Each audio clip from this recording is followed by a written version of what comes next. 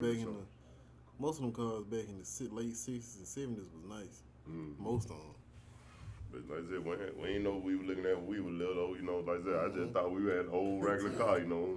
Exactly. Oh man, we need to get it all there. Yeah, you hear them fellas over there talking about them cars. We want to Car. show off car like everybody else, and then they realized we had a classic in the driveway. Cars, Yeah, man. regular ass cars, man. Mm-mm. The 80s and the 90s. Now, they are now deemed to be classics now. That's what but they at the say. time- At the time. But they call them no doubt. putt-putts. Oh, yeah. At the time, where you didn't want to be in Putt-putt. one of those putt-putts. Ain't no doubt.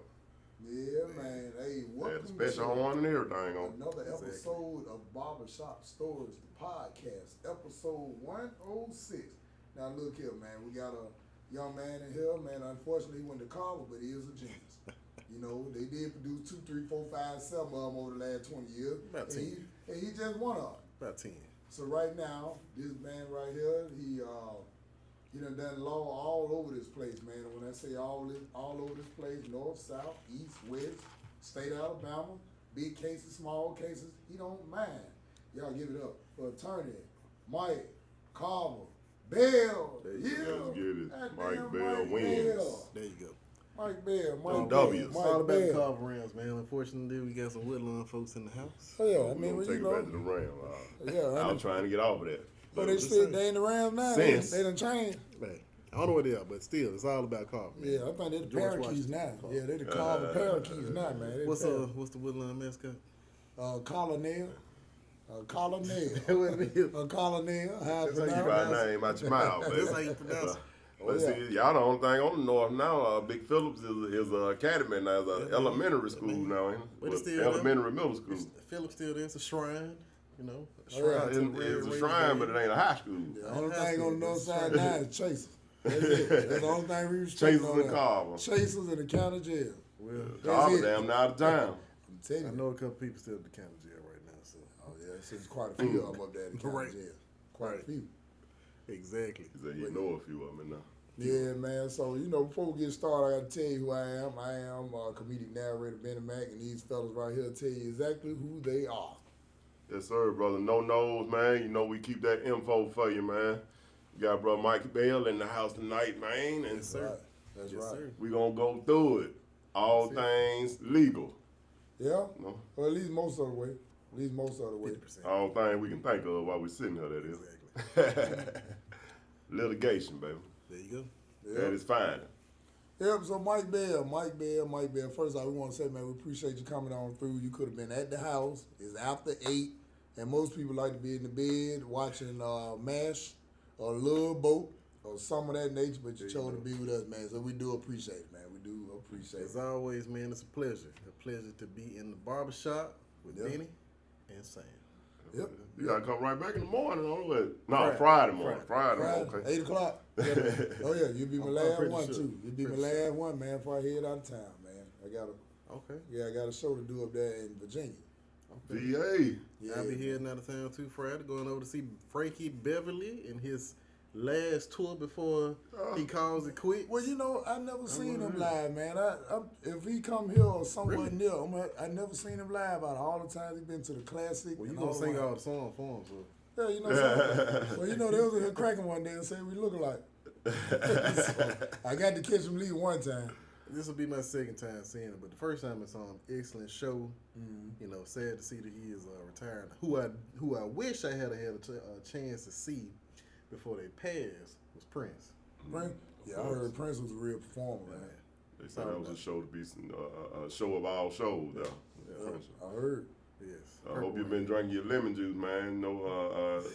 Getting ready to sing with old Frankie that weekend. They say Frankie don't sing much. He just a jam these days. You just go to jam now. I don't plan on singing with Frankie. I plan on watching Frankie. And You getting gonna drunk sing with Frankie, I man. said, Frankie, you gonna sing? From what I heard. You gonna like get up, everybody, come on. He gonna pull you right over there done with it. What it is, whoa. See, that's just how Steve Harvey was talking. Remember when Steve Harvey was saying the rapper do that? But he ain't mentioned Frankie Beverly. That Beverly do The same singers thing. do it too, huh? Oh, yeah. Frankie, you gonna do the whole concert for Frankie? What Frankie gonna be? Where you traveling to? Atlanta. I think it's, what is it now? It's not Phillips Arena no more. State Farm Arena. Oh, yeah, Frankie up They and change down. the name all the time. They say they're going to the highest sponsor. Yeah, man. It'll be the Magnavox Stadium in a minute. I promise. Magnavox Arena. They changed whoever got that money. It's a VCR now. That's just like it ain't. I heard about Magnavox. Mm-hmm. Yeah, because you just said that. It ain't Phillips anymore. It's State Farm. State Farm.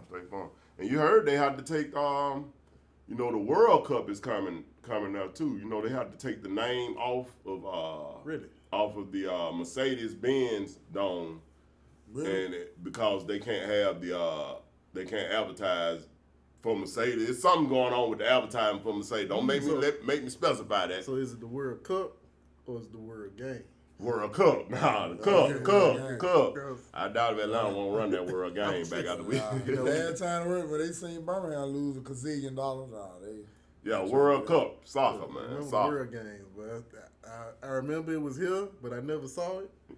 I never saw the crowd, but hopefully the World Cup has better attendance than the World Game. We spoke on that World Game last time you was here too. I think you had a few bold predictions on that thing that might have.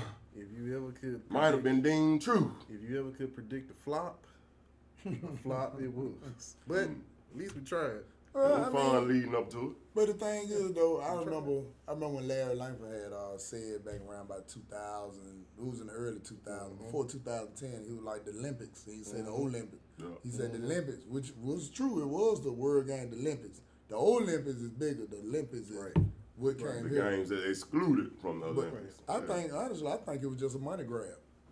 Because you can hide a lot of money with that, and then if you think about, you come to a southern city talking about, they used the mantra of Olympics. They didn't say World Games. They said World Games when it got closer because you had to start buying advertisement. But a lot of people, I think, got tricked and not realized that they never won since 1981, since it started in San Jose, California. See, now you got me on my serious mode now. See, well, took that short tail and sit up there. So here's my thought. We've talked about this before. The World Games was the former administration and the current administration's way of producing something. You remember when Larry Langford said, "Let's do something"? Well, in Birmingham, we believe in doing something. Something. Just something. No matter what it is, but something. We ain't gonna think it out. Birmingham is, and I love Birmingham to death, but we are the only city that is a mid-sized city with no identity. Memphis has an identity. Nashville has an identity. Atlanta has an identity. Huntsville has an identity now. New Orleans has an identity. All these cities that you name, Orlando has an identity. Outside of the past civil rights movement, what can you say is Birmingham's identity?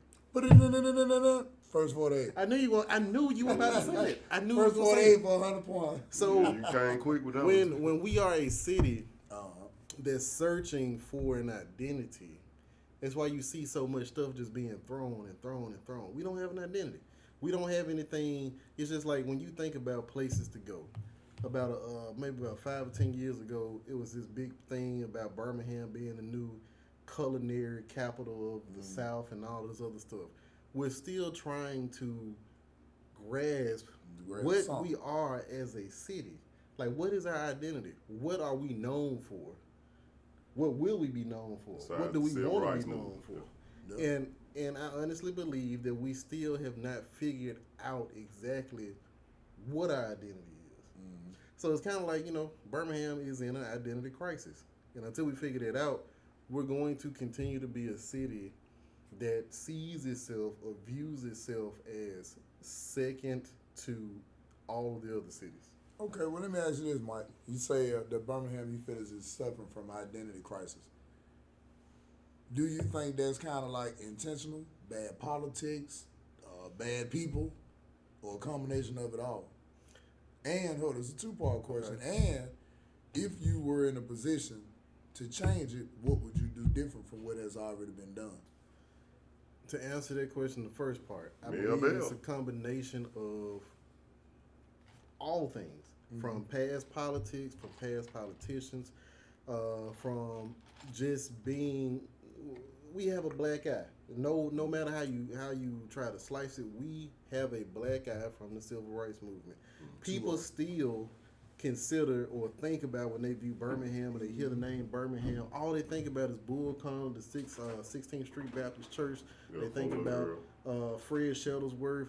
So we're always, when people come in, we're always having to put on the face of, hey, this is Birmingham 2024.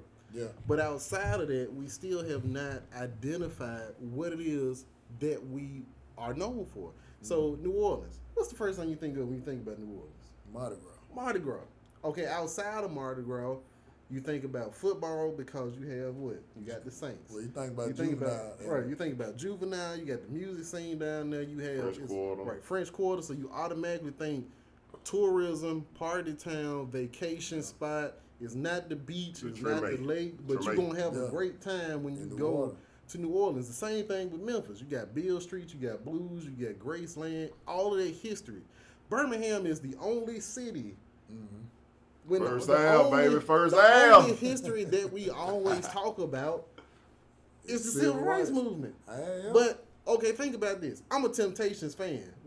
When you talk about Eddie Kendricks, when you talk about Dennis Edwards, when you talk about Paul Williams, those three from the Temptations were born in Birmingham. We only have a park that nobody knows about unless you pass by it. That's Eddie Kendricks Park. Well, why do we not have a Paul Williams Avenue? Why don't we have a Dennis Edwards Parkway? Why does that have to be in Detroit when they are from here? Yeah. So all of these people who have come out of Birmingham, out of Fairfield, Bessemer, all of these in surrounding areas, all we automatically go to is the Civil Rights Movement. Okay, so now the Civil Rights Movement is one facet of what Birmingham is, what Birmingham was, and what Birmingham can be. It's part of the fabric. Yeah. Right. Yeah. But there's more. There are more strands in that quilt that we can pull from. I agree. Welcome to another episode if of they're Barbershop highlighted. Stories. Right. Podcast, if they're highlighted. Episode 106, we're sitting here live with Mike Bell. Now back to you, Michael. Kind of like how you running through highlighting certain stuff now that, you know, if people a little younger that don't know about the Temptations, they may have seen the movie or seen their parents watching the movie. They don't know that those people were origins are from Birmingham. And what's the one Miss Joe always calling out out of Fairfield? The Controllers. The Controllers.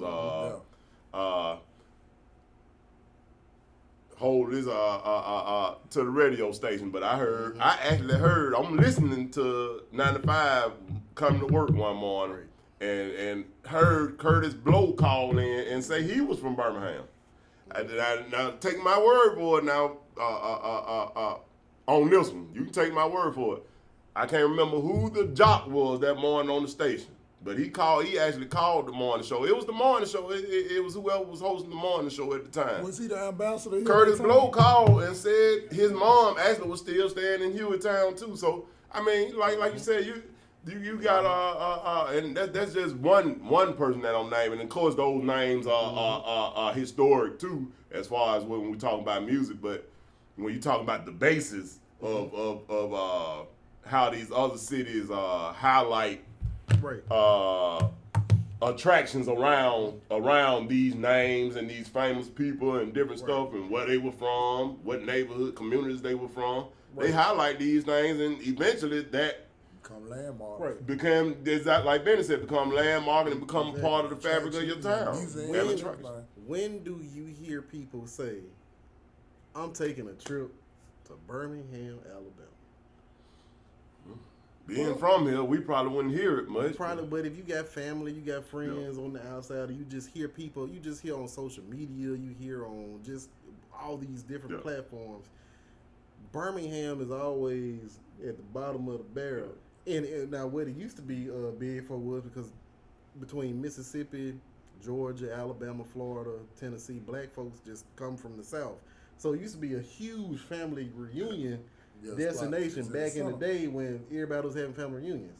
So, you know, I got family extended all across the country, just like every black family has, right? So everybody every year always wanted to come back to some part of Alabama, and it usually ended up being in Birmingham. But outside of just that, what is it that we are attracting? Birmingham, years ago I used to think about this.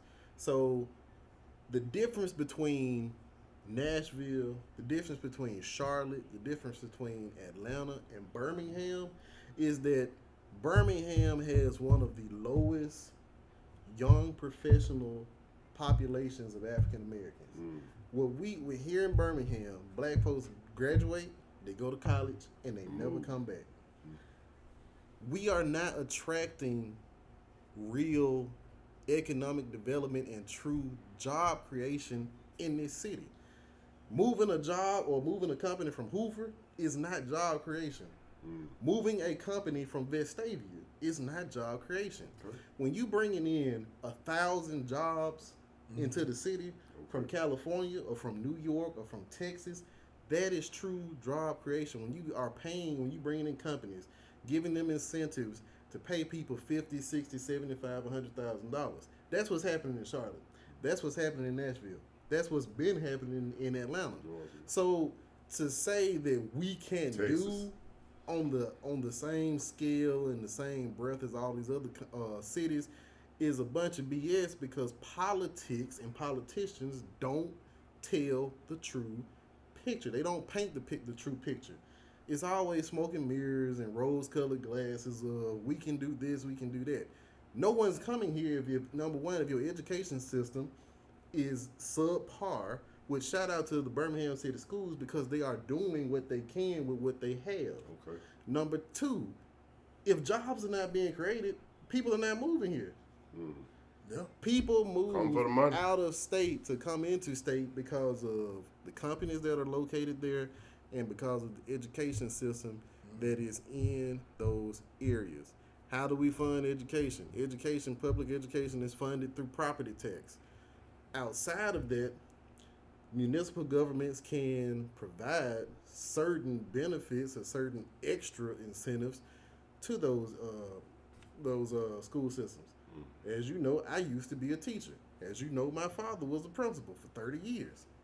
Education was the education system in a particular area is the biggest factor to people moving to your location.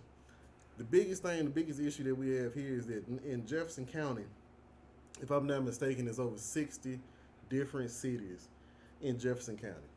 And you got half of those cities have their own school system. Why does Tarrant, Alabama, have its own school system? Well, Mike, I think I can semi-answer that from based on what I see. Going back to what you were talking about, the segregation period, all they can talk about is the segregation, the movement. Right. And I think segregation brought amongst a bunch of those municipalities. Because when Aboriginal folks started getting more into power into politics, a lot of Caucasians said, we're just going to move out. We'll start our own. Exactly. So I won't have to be subject to none of your leadership rules and all that. But then you looked up. Now you got, like you said, 30 different school districts. You got the county and everybody going so many different ways. You can never really get together. And going back to what you were saying about Nashville and Charlotte, they operate off a metropolitan form of government. Exactly. And when you operate like that, your resources are a little bit more plentiful. But right here, we still divide whether people want to admit it or not. Exactly. Now watch this. People can say what they want to. I shoot it like it is. Birmingham, this region is still one of the most segregated regions in the country. And what I mean by that, I'm not talking about segregated as far as you can't go into this shop, you can't go into this store. I mean segregated because people still separate themselves demographically and socioeconomically.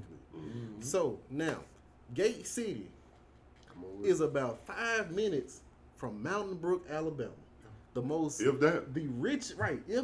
richest city in the state of Alabama is down the street from one of the poorest areas, the poorest communities in the entire state of Alabama.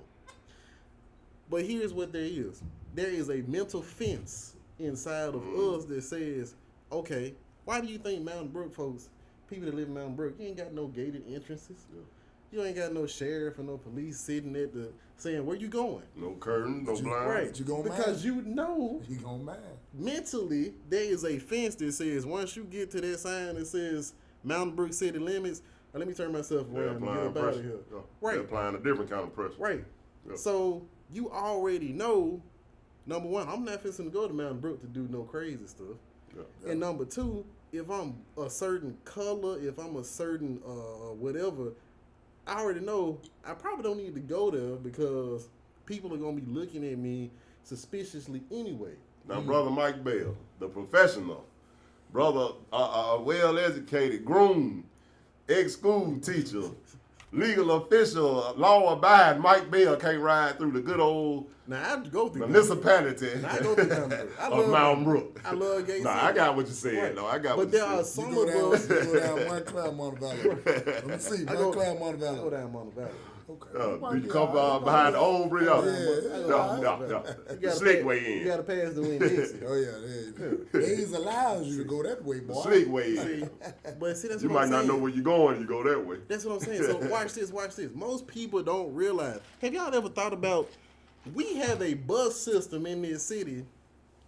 For what reason? There's nobody rides the bus. We got It's people right. who? Corey Who? just got through saying that last week. He Who said, man, the rides- bus is actually very convenient. That's what Corey just got through It's there saying convenient, last. but every time you sit on the side, bruh, I work downtown. Yeah. I used to live in Roebuck Centerpoint area, so I had to come down First Avenue, Roebuck Parkway, and every time I see a bus, how many people on there? It's about 1, 2, Yeah. 3. It might be 5 people on the bus. Negro got Okay. cars out here. We must Now, be doing good. Now, here's the thing. There's one bus line that goes through Mountain Brook. You know why that one bus But that's line? 28.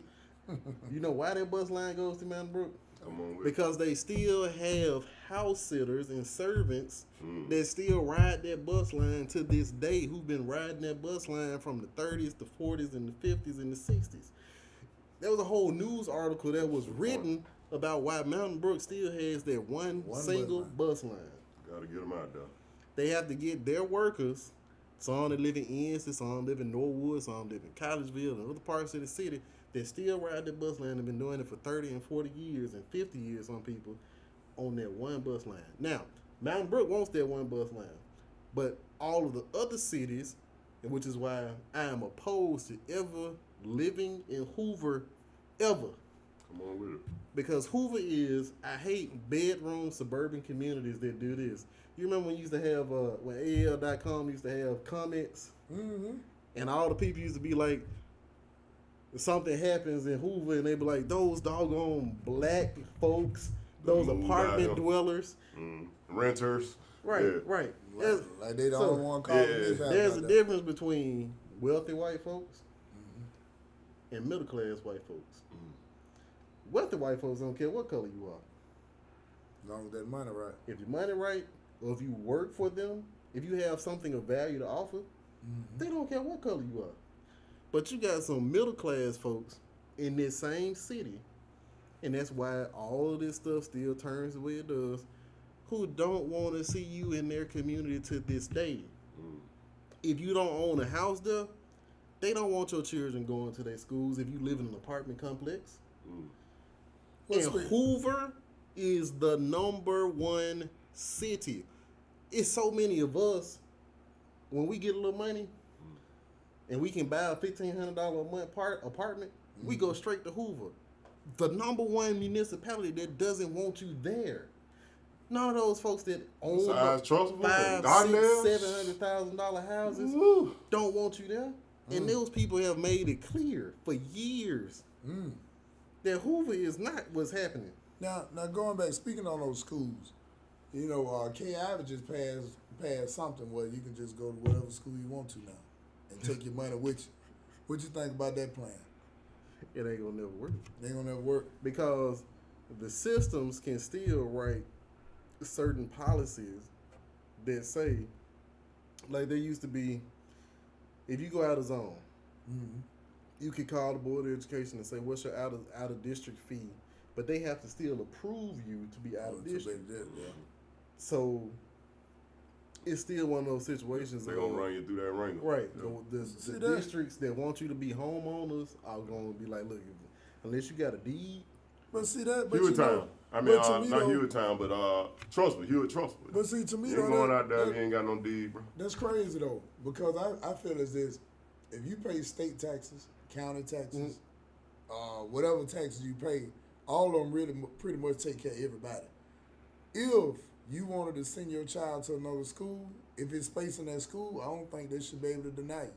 Because most of it is coming from public money. Now, with the exception of a private school, I can understand that. You put up your own money, you can do what you want. That's in any instance. But see, you're taking that public money. Yeah, you shouldn't be able to tell them 1,000 capacity school got 493 students, and you want to charge somebody who already paid taxes. Here's the bottom issue of it. So the underlying issue. The underlying issue is that public schools are funded by property tax. So, okay, if I live in Hoover and my house costs $600,000, $700,000, okay, I'm paying property tax, and that money is going to support the schools, to fund the school system. The person who lives in the apartment complex off Lorna Road don't pay property tax. So if it's 1,000 or if it's, let's say, 200 kids from that apartment complex, most of them are going to be minority, African American or Hispanic, right? Okay. They're not paying property tax.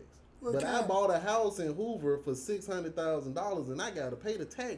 But here's my tax goes to support your kids. But see, it's kind of like a catch-22 though. That's how they look at it. Well, because I know that's how they look at it. But watch this though. Mike Bell or K1 own the apartments. He got 1,000 units. We chip in to help him pay him. So regardless of what people saying, yes, we're rent payers, but the rent he collects pays the property taxes on those apartments. Exactly. So it's like, because I get the technical side, but collectively we are paying property taxes. We are. Yeah. Now, like you said, I think a person with a bad mentality looks at that different, but I'm like, them folk buying penny cannon, bubble gum, food, everything that supports. But remember what they used to do back in the day. So the same people who complain about people living in apartment complexes not paying property taxes but going to their schools are the same people and the boosters who would pay for the kids who play basketball or football to live in them same apartments to move them out. And move them out of Inslee, move them out of Bessemer, move them out of Roebuck to move there and play sports there. Complain about. There was a whole article about 10 or 15 years ago, probably about 10 years ago, about families who moved purposely. And I look, if that's what you want to do, if they moved to Mountain Brook and lived in rented housing in Mountain Brook just to send their kids to Mountain Brook to play in Mountain Brook. Who did the same? I mean, other schools did the same. But wouldn't be renting a house the same thing as renting an apartment? See, that's what I'm saying. It's like the debate. See, you don't own it though. But you're not paying property taxes. Well, that's true. But even if I'm renting a house, it's the same as renting an apartment. But somebody's still responsible for them taxes, which you are still partially responsible for paying. Right. And to justify what you're saying further, I mean, if you look at the urban municipalities, we doing the same thing. Ain't nobody judging who come from no apartment, no project, or no house, or no rented house. You know what I'm saying? Crazy, man. So I mean, that just go to show you how, like you said, when you get to go crossing those red lines, how stuff is gonna get nitpicked just to make sure that you ain't crossing those red lines undetected. And that's why I always tell people, be mindful of. It's okay if you don't want to live in the city limits of Birmingham, but be mindful of where you move to and how the people where you move to actually view you moving into. I don't think people think about that, Mike, until something actually happens. Unfortunately, with us Aboriginal folks, we can be a little forgetful or a little bit too forgiving. When stuff happens, As long as it's not happening to some or a few years done passed by, and everybody shaking hands and smiling and kissing on each other, and they think it's okay. Right. But I think a lot of them just have that mentality because regardless of what happens around here, if it's not affecting them directly, most people unfortunately just don't care. They don't see it that way. They got the money. They feel like I can move, you can't, bye. But like we was talking about, Charlotte, Nashville, we have a combined county and a combined city government. They call it a metropolitan government. There's only one governmental entity in that whole county. Come on with it. And it makes sense. So it's just like this. Why do we have a Birmingham city school system? Why do we have a Jefferson County city school system? Midfield city schools, Bessemer city schools, segregation, Hoover, Homewood, right? But if you go separation, segregation, whichever words you want to use. If you go to the progressive cities like Charlotte, like Nashville, right now there are more people in the state of Tennessee than there are in the entire state of Alabama. There are 7 million people just in Tennessee. There's 4 million people in Alabama. There are 6 million people in metropolitan Atlanta. That's the difference in progress. You got to ask yourself, why are people moving to these cities? And it's not just Freaknik. It's not just because, it's not the clubs. They got Six Flags. People move to places for reasons. Yeah. There are people ain't moving to. You named the top two. But look at this. Birmingham, jobs and education. Birmingham is no longer the largest city in the state of Alabama. No, it's number 3 now. Right. No one is talking about the real issues. Everything is being sugarcoated. Birmingham, within the next 10 years, will be the bottom 4 of the 4 largest cities. I mean, our metropolitan government, our metropolitan numbers are still 1.1 million people, which is the largest in the state, will probably always be the largest in the state. But why is the city shrinking? Well, Mike, you speaking from an educated and political as well as a standpoint that's aware of what's happening and what's going on, not just here. So when you look at some of those cities, you look at the just say the things that contribute to education of the actual children and people that stay in those states and cities and municipalities.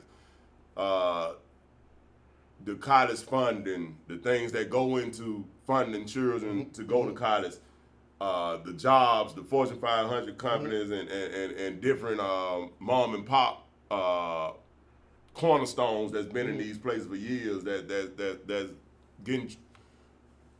They're just due from politics to actually be a mainstay where they're from. So we have to get to the point to where I know we brought the promise. The promise was brought by the last regime that's in the office now to corner some of that educational standpoint. But these cities have some of these cities have the jump on us in some of that stuff where they've been doing this stuff for years. And they're seeing 3rd, 4th, 5th generation adults that's at home and being productive citizens because they were able to go to school in state where they're from and gain a job that's paying near top or top end of their profession. You know what I'm saying? So, right there in their home state. So when people realize that everything about life revolves around one word. Socioeconomics. Come on with it. Everything in life is dictated by where you live and how much money you have. So socioeconomics means that here's a prime example. You know when people say, well, you should pull yourself up by your bootstraps, right? Okay. Now, that's a fab if you don't have any boots, no. How can you pull yourself up by your bootstraps? The flip side of that is that, okay, let's be realistic. Let's be truthful about the matter. We have so many social programs that have been enacted throughout this country that, for the most part, most of us don't have an excuse to make. But social economics and the state of the black community, the state of black politics, the state of politics that that feeds on us or that leeches off of us, namely democratic policies. I'm a Democrat. I'm walking with you. But I know and I can call out that some of the policies that we enact or have enacted are the root causes of why we are still in the same boat that we're in. Now, there are some Republican policies that straight crap, straight BS. And most Republicans are crazy. They're nutcases. But some of their policies have put them in positions to lord over and be prosperous. So if we have welfare programs, and I say this stuff because I used to work for the state of Alabama. I worked in the jobs program, which is part of the federal welfare program. Start calling you head mom. Right. So work for the state. If we lay asphalt. If we teach people and we cultivate a system where people basically live off the system without welfare, food stamps, all of that stuff is good. Where the effort gonna come? But when do we move off of that? But Mike, I think this conversation is so interesting because the summary for me is that Alabama does things intentionally. True. Like people think for 1 second that this stuff is not intentional. I think, and it's just my hypothesis of it, I think that Birmingham and the state of Alabama likes being in the position it's in because even though we may look at the socioeconomic problems, we look at some of the poverty, some of the issues, but everybody ain't having those issues. Then the ones who are winning, black or white, they okay with that because just imagine right now. Yeah, because if it don't touch you, you ain't gonna be. It ain't. You ain't studying it. Now think about this. What if right now this is what March the 20th, 2024, the year of our Lord. Right. If we mess around and it was no more murders for the year, maybe 2 robberies, 1 break-in. I'm talking this stuff just. What happens to your police force? What happens to your detectives? What happens to your lawyers and your system? Somebody want this system to run just the way it's running. Prime example of the differences in how socioeconomics work. I'm going to name 2 names. One is still with us. One, God rest her soul, is not with us to this day. Carly Russell, Mahogany Jackson. Socioeconomics plays a big, if not the biggest part in both of those cases. Carly Russell, both are black women. Carly Russell, Mahogany Jackson, right? Okay. Carly Russell lives in Hoover. Carly Russell comes from a family of well-to-do individuals. Mother and father, father's a bank executive, mother's a realtor, right? Okay. The response to Carly Russell, number one, is based off socioeconomics. You got a black girl who lives in Hoover from an upper middle class family who says she saw a white baby running down the street. Right? The highway. Freeway road. That is socioeconomics. Now, what do you mean by that, Michael? The response to that is based upon socioeconomics. When you look at that, we have a black woman who's from a well-to-do family in Hoover who said that she saw a white baby running down the street in the middle of the night. White baby. Ding, ding, ding, now, ding, fans, ding. She's still here with us today. Although we now know that the entire story was false, right? Mahogany Jackson, God rest her soul, in a tragic situation, even no matter what the dynamics of how all of that began and how it ended, you have a young black girl in the inner city who is kidnapped and is held, tortured in the inner city in a low-income apartment complex in the inner city by probably 8 individuals who may have graduated from high school, may not have graduated from high school. Some may have worked, some may not have worked. Some may have had, I know at least one of them had been in jail already and been released. Some have jobs that probably don't require tax returns, and probably illegal business. So the response to that was like, "Oh, we didn't hear about it until hindsight." Well, let me ask you this, Mike. Let me ask you this, just to play the devil's advocate.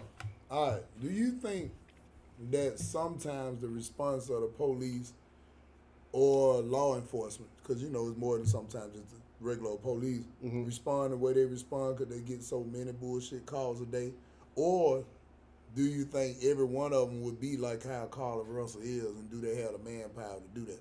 Now, I'm not saying they right or wrong, but some people would ask that question. Though. You want my honest? Yeah, seriously, because like think about it, because a lot of people, the only one we want. A lot of people would ask You want that. my honest opinion? Yeah, you want my honest we don't opinion? want you Give loud us on the gospel. You want my honest Give opinion? us the gospel. Don't loud on Wednesday, You man. want We my loud on Yes, Thursday. sir. We loud on Okay, Thursday. here's my honest opinion. All right, so answer this question, and I ask questions for a reason. Okay. Now, all of us have heard of ShotSpotter, right? Yeah. All right. Just talking about Now, what Friday and So where is ShotSpotter? on the poles in the hood, right? on the- Supposedly. On the spot, what they say on they the is. spot where they supposed Right. to be shooting. So- On alright. Telegram poles, So what they say they is. now, the way that ShotSpotter it has been presented for all these years to the city of Birmingham, to residents that live here, is that ShotSpotter is all across the city, and it can pick up. You shoot, we coming. Right, shoot, we coming. I have lived in Roebuck. I lived in Roebuck for, I think, maybe between 5 and 7 years. I can't remember. That's the cup. So What's in that cup, man? sweet tea. Sweet tea, okay. So between 5 and 7 years, one of them. I think tea. it was 7. So now, one of my best friends, I will not release his rank or whatnot, but one of my best friends was a high-ranking official in the Birmingham Police Department. And I asked him this question. And the question was, bruh, every time you hear a report on the news that says ShotSpotter picked up the shot, do you know what the response was to me? ShotSpotter is not all across the city like they make it seem. But we don't know that. Yeah. We think they in every... ShotSpotter is only concentrated on the western side of town. Stop. Really? So we ain't got none. ShotSpotter Is that concentrated? ShotSpotter is concentrated between Ensley and West End. And there was even at some point, in previous administrations failed to upgrade the software because it costs more than what they wanted to spend. But you know what I think that was they though, Mike? played with us. I think that Yes. some of the stuff that we see that come across in politics, and not just Birmingham, that was a money grab.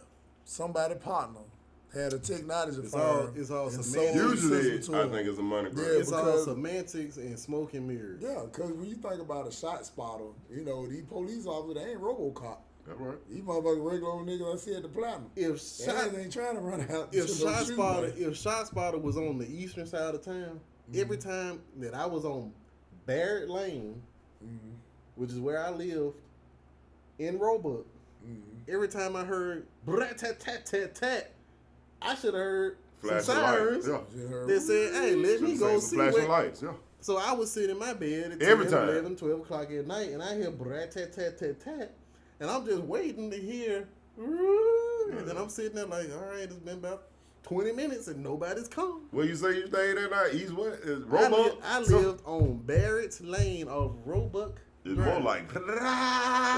Yeah, but that's And a he's shame like- that no, East Lake we don't talk. Well, I said East Lake the States. Now Sam said he's late. So Yes, they sir. drop cannons and North. I say the ship over there. They shooting torpedoes. So, but so that's what I'm saying. Like, people, we have got to get out of number one, two things. Stop, Believe in the motherfucker. stop voting for black folks because they black and they on the ballot. Stop voting for people because you went to high school with them. Stop voting for people because they shook your hand. Stop voting for people because they know your cousin. Stop voting for them because they Democrat. Right. Stop Or voting for people Republican. just because of the party that they're affiliated with. Vote for people because they answer the questions that you present to them Yeah. with facts. But politics done became about who got the biggest budget now. Because I remember, man, in the state of Alabama a few years ago, I can't think of the brother name, He was running against out of Montgomery. What was his name? Sam? Oh, yeah. I forgot who was running against. He was running for Senate. He was running against Doug Jones. Yeah, running I can't call his name. And he was actually a great candidate. Arthur Davis, man. No, it wasn't Artur. He had some. He had a political background. He was doing some things in the community. Budget though, man. But I can't remember. He was he wasn't the heavily promoted guy. You know, like I said, Doug Jones was that guy. But he was like that guy that you know, the neighborhood knew him, the city knew him. But you know, if you come down to Birmingham, we didn't know who he was. Yeah. But I read up on him. It was a few years ago, so forgive me for not being able to call his name. But dude, resume was impeccable as far as work in the community and stuff like that. But you know, Doug Jones had that. Right. You know what I'm saying? So let me say this. Now, District 1, Clinton Woods. I've known Clinton since middle school. Clinton is a upstanding young man, upstanding guy. I would vote for Clinton. I have voted for Clinton in the past. I would vote for him any day and continue to vote for Clinton. Now, the rest of the city council. Yeah. Clinton been through here before and sat in on the podcast. I don't think he's been on the podcast, but he came through before and hung out with us before, man. But a question I wanted to ask, too, on the back of that before we change that subject. Seemed to me, man, because we got a couple guys coming here that we always kind of, joke around with. Seriously, sometimes, and sometimes it's barbershop, janking. Mm-hmm. To y'all, what seems to scare the viable candidate that we see walking around our communities every day off? Guys like Mike Bell, guys like some of the guys we see coming here, because we always say Scuba's. Guys say Scuba. Scuba, run for mayor. You ought to run for mayor. Mike Bell. Last week when we were talking to Brian, we were like, well, why we don't see viable candidates like the guys that we actually know and rub shoulders with? A great candidate for whatever office, but I've also known Scuba since I was in high school. Scuba would be a great candidate for anything that he runs for. But here's the thing. You know what keeps candidates in office and what gets candidates elected? Come on with it. Money. Yeah. Any candidate. We just said about the guy in Montgomery. The candidate that has the biggest war chest is the candidate that will win. Yeah. Do you know why my frat brother, William Bell, lost his election? Is because he did not run a campaign. He did not have enough money. Against that machine. I love my frat brother to death, but the truth of the matter is, in order to win, you've got to run like you are going to win. And you've got to have money. Hey, Randall, your frat brother too? Randall's an alpha. Randall is the frat brother of my cousin. So Randall don't be shimmying. Shout out to the alphas. But I just hate we look at it like that, man. Randall don't be shimmying, man. Yo to the noobs. I just hate over all this looked at like that and viewed like that, man. It's all about money. The money candidate just win. But here's why. That's just some sucker shit, man. Money means that you can get your message out. If Benny got a $10,000 budget and all he can put his yard signs out. If I got a $2 million budget and I can put commercials, billboards, and everything else up, I'm winning all day. I totally agree. Yeah. Free hot dog in the park. Even if you ain't talking about nothing. Yeah. It's just a travesty, man, that bling bling, when you see them dollar signs, we blinded. Yeah. And when you see that repetitive, strong push by that machine, we blinded. When we got guys that's in your community every day. Now, these guys that pop up that we ain't never seen out of public school, county school, church, nowhere, you know what I'm saying? We ain't never seen them nowhere. They just pop up running for shit, you know what I'm saying? I'm not against any elected official. I'm not against me either. Here, only thing that I wish but it's a travesty. If you elect people, is that they answer your questions. Come on with it. If you elect people, they actually show up. Yeah. Wherever it is, no matter what side of town it is, they show up. So it ain't like Twinkle Cavanaugh. Right, they can't be selective about it.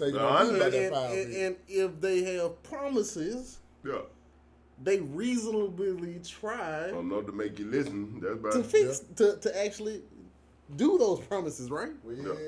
Well, your frat brother ran against a combination of both. Yeah. Randall was a community guy, public school guy, right? Worked in the system where everybody can see him. Easy to walk up to, handshake guy. I ain't never met him personally. and shook his hand personally. He was in the shop one time before he ran. When he was running against Bell, he came and did a town hall here at the shop. Right. And I wasn't here. I'm out of town on days I'm not working, so I wasn't here to actually sit in on it, but I viewed it online. But he ran against the guy that had the machine, the money behind him, and the homegrown. But see, so this is what people don't realize, and there's articles about this too. Randall created a machine through the Morehouse Alumni Association and through the business community and small donors and the single donors. He basically took the Barack Obama blueprint from 2008 and used it here. Never before has any candidate raised over $1 million for a municipal election in Birmingham. Okay. So the candidate that puts $50,000 and says I'm putting out yard signs and I might buy a commercial, versus the candidate that has $1 million. So basically, they outdid the news. They have an outdid the news club. So I can't believe the Morehouse Alumni Association out there to do. He has some help. That way, they the new shimmiers, man. Y'all, we're gonna take that shimmy away from y'all. Y'all don't mess around lost his mouth. The war chest is the most the most underrated part of campaigning. So like they talked about so right now. Got no money. Historically, right now, Biden and Harris have raised more money historically going into this election than any other campaign. They right now have about, I think the number was about $135 million on cash on hand right now. Do they keep the chain? They're around to keep the chain with $1 million. What's the war chest? Explain the war chest thoroughly. So the war chest is the money that you get from donors that you use to get your message out. That could be through fundraising. That could be through picking up the phone, calling folks, and they send a donation in. Rubbing shoulders. But how Obama did it, and for the most part, how Randall did it, from what I've read, is that it's all about small donors. It's not people giving $20,000. It's not people giving $10,000 and $50,000 or $100,000. It's people giving $20, $50, $100 at a time, and it's added up. Yeah. But also, Randall had a very big grassroots push. The candidate who was in the previous administration thought that name recognition was what was going to get them. Because he kept doing this and the commercial throwing up that noob sign and stuff out there running. And I got whooped by the mouth. I ain't going to let you go with that one. If name recognition was going to get you elected, John McCain would have been president over Barack Obama. It made it a good race. That's about it. It made it a good race. Right. Almost like it was old against the young during that election because money against money. Big money against little money. Trump got a good chance of getting in there. He got a little money and he always in the news. Yeah. Don't see his face. Now speaking about that, in reference, since you brought up Trump, do you think at this point now, March 2024, the year of our Lord, that Trump, with all the stuff that he's facing, do you think he still have a viable chance of winning the presidency? Okay, all right, I sure will. So that's a whole We need to hold on, intermission. Welcome to another episode of Barbershop Stories Podcast, episode 106. We're sitting here live with Mike Bell drinking his sweet tea. We keep that info for you, baby. Listen in. Yeah, so you feel that Donald Trump still has a viable chance, considering he's facing a lot of felonious counts, a lot of misdemeanor counts, or just bad publicity? You think he still has a shot? All right, so here's my response to that. We talk about this every day in my office. So not Barack Obama, but Donald Trump did what no other presidential candidate nor president has ever done in history, and that is basically almost reproduce what Hitler did with the Nazi Party and their propaganda. Come on with it. So right now, you have a base of Trump supporters that don't care what the news is reporting. If Donald Trump it's fake news, It's The fake opposite. news. They It's don't fake go. It news, is though. the opposite. It's fake news, though. There are also people in the Republican Party who don't care anything about Donald Trump. They don't care about the harm that he can do to the country. All they care about is that the party wins. It's all about the party. But isn't that the same way with the Democrats, though? The You can't be biased now, 'cause honestly, I think they're the same. The Democrats have been a little bit more moderate in the fact that they say So they kill you with a knife instead of a pistol. right. So they gonna So- because you got to remember now, them Democrats were the once Democrats give you Dixiecrats. enough rope to hang yourself. Yeah, honestly, like, because I'm not a Republican or a Democrat. You know what I'm saying? I'm one of them ones that whoever you are, if you fit what I can see works, that's who I vote Right. for. And, I think that right now you got Trump and you got Biden, which are the two front runners. If you had to vote for either one of them, just based off their policies and what did they do for the country, who would you vote for? Today, if I had Today. to vote today, I would vote again. I would vote as I did in the last election for Trump. Joe Biden. Trump. Joe Biden. So you don't like Trump? No. He got some Know gold what shoes. Trump- cuz. No. Know what Cuz. Trump said? He got gold shoes, man. In the wake of the insurrection and folk going to jail, the first guy going to jail for the insurrection, here- Trump said if he lose, it's gonna be a Here's bloodbath. my number one. But they doctored gonna that lock tape that. too now. They doctored that tape too. Oh, so when he said that, so number somebody one- edited that in there. He said it, but it wasn't in that context. They My number I one- ain't took our defending cut. him, Okay. but yeah, I ain't Hey, defending him, but I'm just going on just the in all word. fairness, man, The they number doctored one it. That's what issue it with is. Trump. This is my number one issue with I'm Trump. gonna send it to you. Is Get to that the phone too. the media was complicit in creating the Trump monster. Why do I say that? When Barack Obama was first elected, Donald Trump started his presidential campaign the moment Barack Obama was sworn into office. He started this whole birther campaign about Barack Obama not being a citizen. How in the hell do you think that a person would become a candidate in 2008 after this country has been established for over 200 years, that a person could Just become slip a through the crack. candidate Yeah. that's not a citizen? The person was But then they run a check though to beef out. Then they run a check. All right, well, let me. the person was elected to the U.S. Senate. Okay, well, let me ask you this. Man, the Well, man let me ask you through the this. primaries, all kinds. All right, so let me ask you this though. Now, in all fairness, now I'm just being the voice of just the balance of second. Now, I have no problem with Obama. I had no problem with Bush for real, because all of them pretty much the same way, just what you like and what you don't like. But Right, in that's all same fairness, now I'm not saying whether the man had a birth certificate or not, but sometimes when they speak about conspiracy theories, a lot of that stuff don't be false. And Birth you- and certificate then- from here. yeah, that and is. I'm saying Yeah. too now, and I'm not saying whether it's true or false, but I United know States. a lot of times when we go to talking about these war chests, those war chests don't just cover the running for it cover all different things too. Meaning that if somebody wants you in office bad enough, because to me Trump was never a viable candidate. Not with his record. never thought but that he was the a viable budget. candidate. But that's what I'm saying. So the Popular budget enough, yeah. got him But to where here- he was. but So here's you don't what- think the same thing could have been But here's applicable what got, for Obama? Here's what got Trump elected.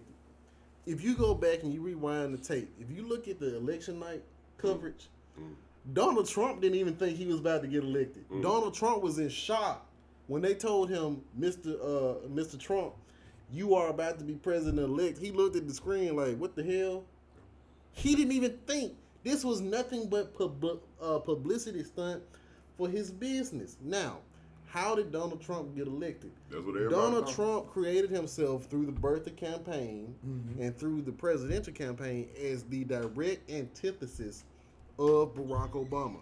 Why did he become the direct antithesis of Barack Obama? The policies that Barack Obama, for the 8 years that he was in office, that he promoted were totally liberal policies. Barack Obama was not elected on a platform of gay marriage. But once he got in office, He went to work. he went to work. Now, He elected on the platform of the Affordable Health Care Act, if you ask me. and then the Affordable Health Care Act was even more Yeah, because it had been out there. So those were the two biggest things in the Obama presidency. It was that most people viewed the Obama presidency as that the country was becoming too liberal, and so you had a push, a seismic shift that was like, okay, we become too liberal. Let's go crazy conservative with this nut. And we believe we want a president who's like us. He says what he wants to. He's not a part of the system.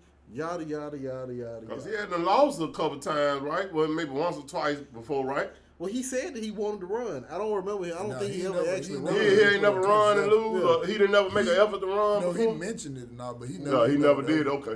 But see, I think honestly, man, and some people think you be knocking Barack or whatever for running, but honestly, I try to look at things from the paper standpoint and take my personal views out of it, because really most politicians don't care about nobody but their constituents in most cases. I think that when you look at the record of Obama for the 8 years that he did, would you consider that a great 8 years? Would you consider it a prosperous 8 years? Would you consider it a mediocre? Same thing with Biden, same thing with Trump. Like when we look at it, because a lot of times I think we look at the person who's in office, and because we don't feel a certain way about them, you forget about the good or the bad stuff they did. Yeah. You know what I'm saying? And that's for all of them. Leaning on I think history, instead of looking at the facts.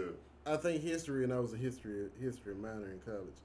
I think history will go back and look at the Obama presidency as a presidency that had a lot of potential, but there was so much that was left undone, because if you remember, during the 8 years that Barack Obama was president, the Republicans had control of the House. The Republicans basically stymied everything that Barack Obama tried to do.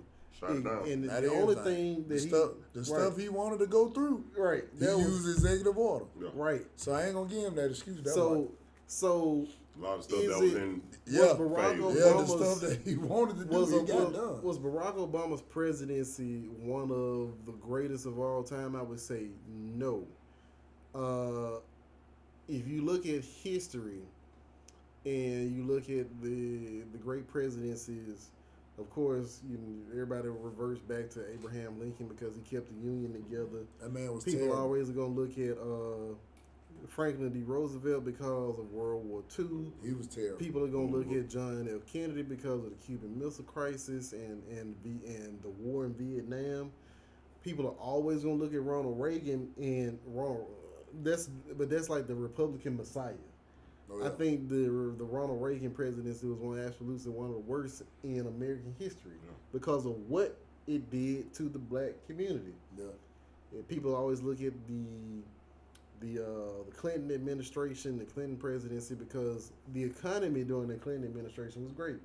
One of the administrations, prison pipeline. One of the administrations, and I think that once history writes itself, I think the George Bush presidency will go down in history as one of the better presidencies, because George Bush II. The coup. Because he took us through 9/11, and he actually controlled or ran the country or ran the administration in a way that I think these last two administrations did not. Although George Bush was not the brightest individual, he operated as a president with direct action.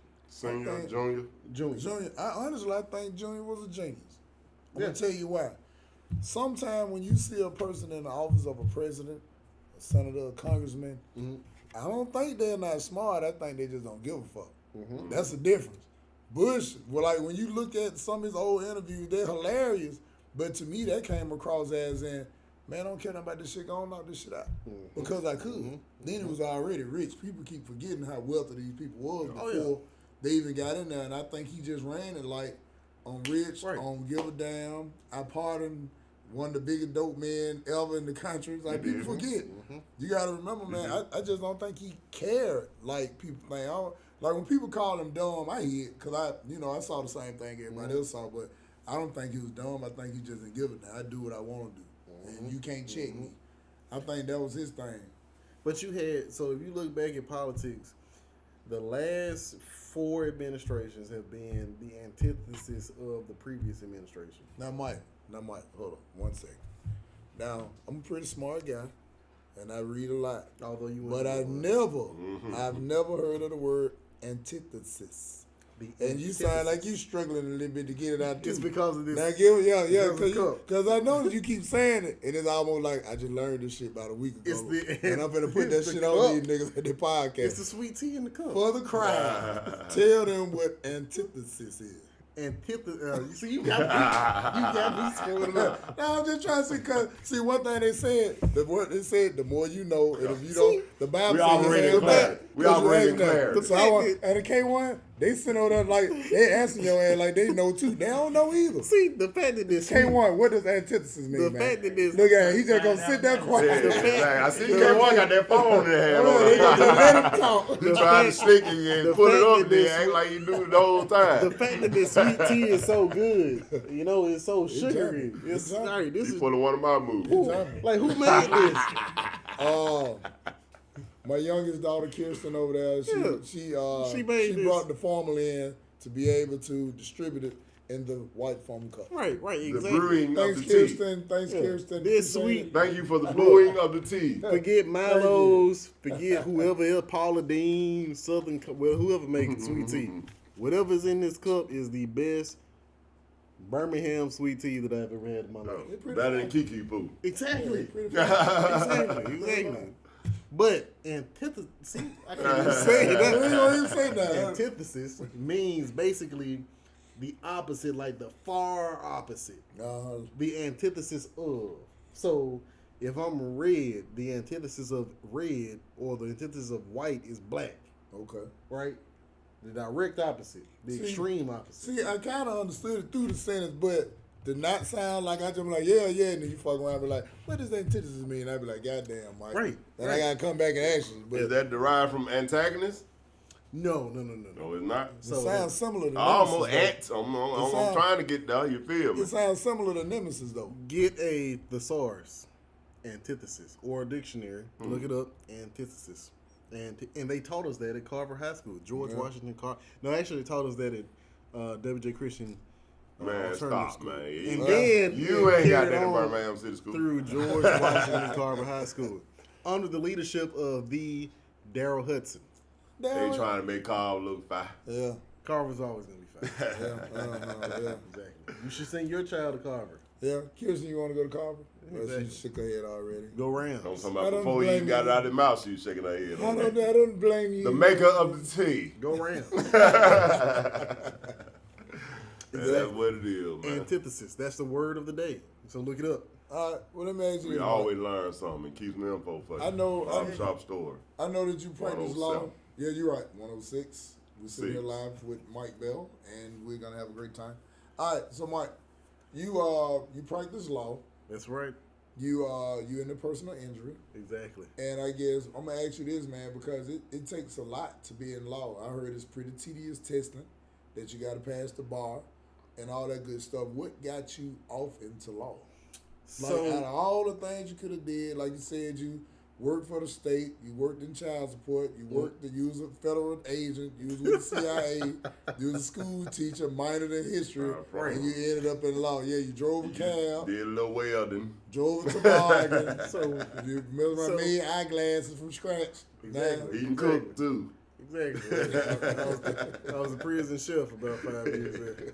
So I always wanted to be a lawyer. So through elementary school, I used to watch Matlock all the time, stuff like that. And I always had, an interest in becoming a lawyer. So when I graduated from high school, went to college, that was always what I wanted to do. Okay. Now, fast forward after you graduate from college, I literally was like, look, I don't want to go to school anymore. I want to make money. So I took a job at the state of Alabama. Mm-hmm. And that was when I was working in the welfare office, working for the jobs program. Moved from there and worked for several other companies, did banking, did collections. And then I said, okay, I want to go get my master's degree because I want to teach. Mm-hmm. My dad was a teacher. My dad had worked in the school system for 30 years. And I said, part of what I wanted to do was I wanted to be a teacher and I wanted to be a lawyer. So I was like, if I'm going to teach, I'm going to do it now. and see if I actually like this. So I became a professor. I actually taught at a few colleges, and then I taught middle school. And when I did middle school, I said, for all of you who are educators at the secondary level and the primary level, God bless you. That was not for me. Because I knew I was going to end up in jail had I continued to work at the middle school or high school level, because today's youth are not the youth that I was brought up with, and parents today are not the type of parents that I was raised under. So if your child can tell you what they are going to do, and you say okay, then there's no need for me to be a teacher. They say we need more males in the school system. Right. Well, what you think about that? We probably do, but not they gotta up that money, man. They probably do, but it's not gonna be me. I did my years of teaching, and I said yeah. And I actually taught in Montgomery, not in Birmingham. That was probably the difference too. What subject? I did career tech, so it was like the all the computer skills, FBLA, all the business, career tech stuff. So yeah, I had the fun class. Yeah. But literally, be the smart people would come to class and literally do no work. The smart people. And then the parent would call and say, "Why does my child have a 0?" A 0 means that the child has nothing. That mean they did no work. So, and then the question is, why did you give my child a 0? And the answer to that is because your child didn't do any work. Well, can you give him some extra credit? No, absolutely not. Yeah. Right, and that's why I said I had to get up out of teaching, because I was going to kill somebody. So then I said, well, at the time I was teaching, I was actually still in law school. They put you in law school. One of the new prisons, they just getting built too. You got to represent yourself. You bring it in. So I had done my teaching. I did my teaching stuff. You know, I experienced that, and I found out that I didn't want to do that unless it was at the college level. And so I finished law school, and I said, let me go practice. And so I actually started practicing, and I actually liked it. And the ability to help people that have been injured. Like last year, we helped a young lady who was shot in the back, paralyzed, here in Birmingham. We got a $4.2 million, and if it wasn't for us, she had called a whole bunch of other firms, and they said no. All right, well, I got 3 words for you, Michael Bell. Let me hold some. Can't say you ain't got that. Meet me in the park. Meet me in the parking lot after I finish drinking. All right, it sounds like a plan. Right. All right, so when you speak about that $4.2 million case, why wouldn't a lot of other firms take it? Was it like too much work, or was it a case that they felt like was not winnable? Like, what did you see in that case that made you say, you know what, we'll take your case? It probably was a combination of all of it, because premises liability, which means the duties of a property owner, a commercial property owner, the laws are different from state to state. The laws are terrible in Mississippi. In Mississippi, if somebody let's say they get shot or stabbed or raped on your property in Mississippi, the statute says that you have to show that at least 3 instances of the same type of violence have happened in a 3-year time frame. Right? Okay. Georgia, the law is written totally liberal. So in Georgia, you can sue a property owner, and all of those cases are $1 million cases. If somebody gets shot, raped, assaulted. First time it happened. Right. But over here in Alabama, we have the formula is what we call foreseeability. Foreseeability means that I can basically, depending on what the information, the demographics, all the statistics is that I should reasonably expect that some form of crime could happen to my patrons. Meaning that if I'm in the Norwood area, if I'm in the Ensley area, if I'm in the West End area, if it's a high crime area and I have, let's say, a gas station, right? Okay. And somebody gets robbed at my gas station, or somebody gets assaulted, shot, stabbed, raped at my gas station because of the crime grid, the crime that happens in the area, I should reasonably expect that could happen on my premises. If you go a step further, let's say that I'm in a hot area. Right. Yeah. So I should take more steps being a property owner in that area than if I'm a property owner in 35213, which is Redmond, Birmingham, or Mountain Brook. So let me ask you this before you go any further. So with that being said, you said foreseeable, right? Mm-hmm. All right. So couldn't that liability kind of fall on Jefferson County Sheriff, City of Birmingham Police? Because if that the case, if they normally have, let's just say, 2 officers per neighborhood, shouldn't they foreseeable have 6 or 7 in that area if it's considered to be higher? Shouldn't that liability fall on? So once it moves off the curtilage or the street, the curb, once it goes onto your property, the property that you own, that you manage, it's on you. Yeah, no, I get that, but I'm saying, but it's like it's a catch-22 though. It is, because it's kind of like, if that the case, shouldn't we be able to sue for people who get drive-bys, get shot, and all kind of stuff that happen on the city property? So the question, there's a lot of folk get killed on the sidewalk too now. So the question is, could they sue the city? So the question is control. Mm-hmm. So who has control of what and at what time? So let's say that the barbershop has a parking lot and the barbershop is in a high crime area. Who has control of the parking lot of the barbershop? Benny Mac. Right? So Benny Mac knows this is a high crime area. If somebody gets stabbed and I don't have, let's say, basic stuff. I don't have proper lighting outside. I don't have cameras recording and deterring. If I don't have basic deterrence, Benny Mac could be held liable. Are these points coming off of you when it's in a high crime area? Are these like points coming off? Oh, he ain't got this. He ain't got that. Are you as a lawyer going to that property saying, okay, he ain't got no cameras. He ain't got no. So not necessarily points, but that's adding to the case. Well, I know it ain't points. But I'm just using the word, but okay, it's adding to the case that you make. Right, exactly. All right, so is would all that be applicable if all those things check off? Like, let's just say lights bright, the camera's there, the security guard there, and because with domestic disputes, right, it can just happen. So if you got all of that stuff, if you're sure as a property owner, you're putting things in place, then you are decreasing your liability. But you still can it work all the way for you though? If you don't have any of that stuff in place, so you have like some minimal. Let's say you got cameras, but you ain't got no lights in your parking lot when you know that you're in a high crime area. All right, but see that's to me, difference between $4.2 million and. But see that, right. That's wild, though, Mike. Because I agree. I ain't gonna say I agree. I understand what you're saying, but it's like, to me, if that's the case, it should be more lawsuits against a municipality.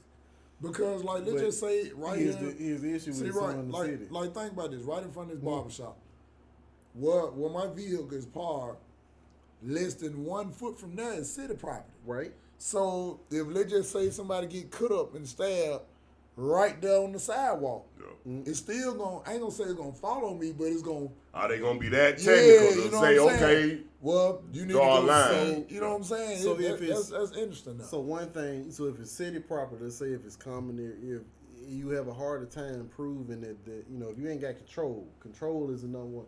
If it happens in the street, do you have control over the street?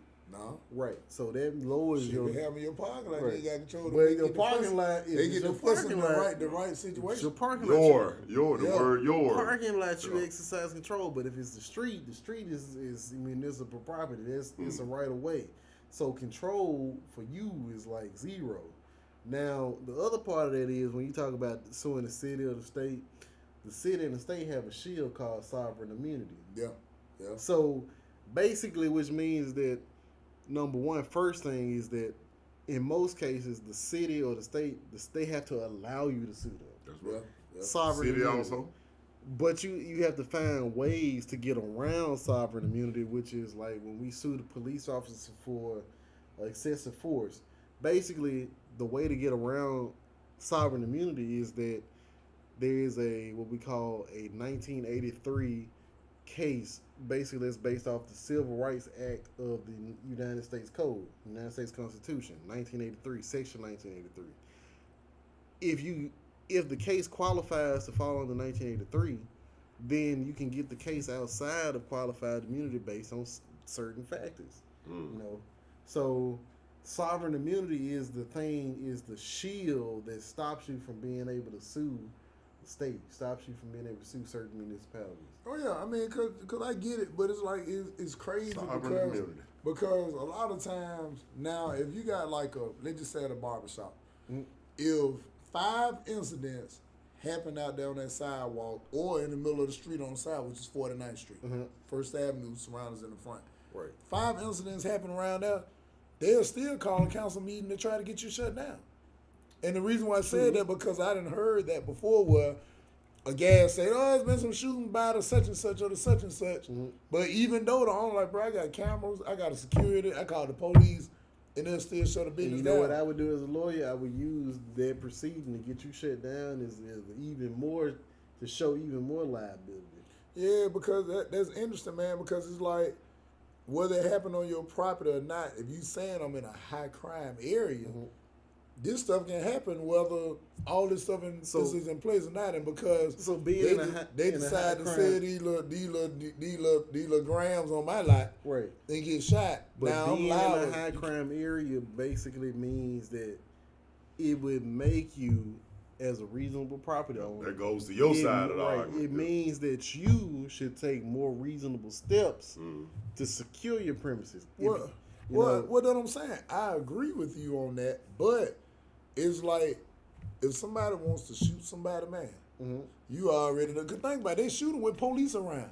You just said it's catch-22. Yeah, that's exactly what it is. Cause you're in a high crime area, it don't help you. Because it's because cameras. Shit, I spray paint that. The security guard will pay him. The police, he might be in the car. I mean, that's true, but there's certain things that you, as a property owner, just make sure that you're taking the steps to mitigate your liability. But yeah, I mean, because like I said, I get it, but it's almost like if that's the case, the city, the state, and the county should definitely be sued, like shootings on the freeway. Sovereign immunity. Shooting on the yeah, I know they I've been a victim of sovereign immunity before. But it's like that's a trip because it's almost like we don't carry the same liability. So most people don't understand. So the concept of sovereign immunity, let's look at this. So we live in a federal society. We live in a federal country. So federal means that states have certain rights. States have their own territory.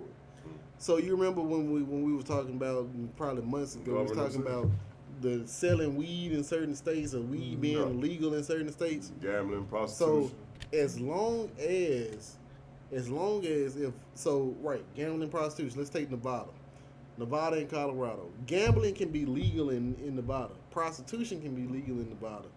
Weed can be legal in Colorado. Once you move across state lines into a state that is illegal, then you can have a federal crime, but you can also have a state crime in the territory that it is illegal. We live in a federal society, which means that the states can make whatever laws they want govern to, themselves, as long as they don't contradict what the Constitution says. So the states have sovereign immunity, which means that the states, as long as it's in the boundary of the state of Alabama, the state constitution and the state legislature and the governor rule the state.